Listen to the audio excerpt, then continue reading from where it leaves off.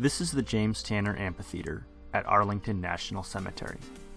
National Park Service members are raking mortar joints on some of the brick columns in order to repoint them.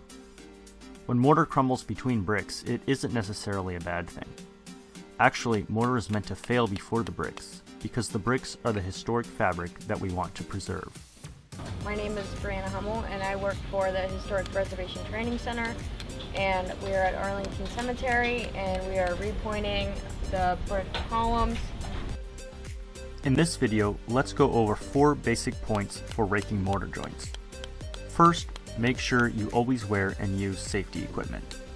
You should always have on your safety equipment, such as a hard hat, safety vest, earplugs, eyeglasses, and gloves. Second, make sure to use proper tools. Improper tools can damage the bricks.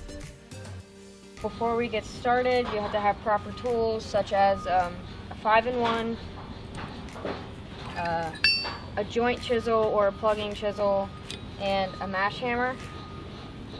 The incorrect tools would be a flat chisel.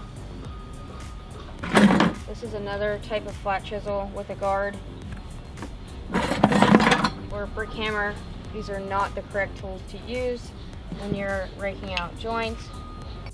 The reason you should use a plugging chisel is because it is narrower than the joint between the bricks. A blunter tip chisel would hit the bricks on either side of the joint, causing them to chip. Third, identify what areas of the mortar are failing and need to be replaced. When I start removing joints, I'm looking for things that are deteriorated, that aren't flush with the brick, if that's what they're looking for, holes or spalling of mortar.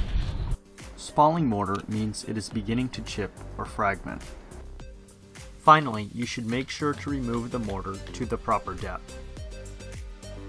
When you are taking out mortar that is failing, you want it to be taken back 2 times the depth of the joint itself. So if the joint itself is a 1/2 inch, you'd be taking out 1 inch back.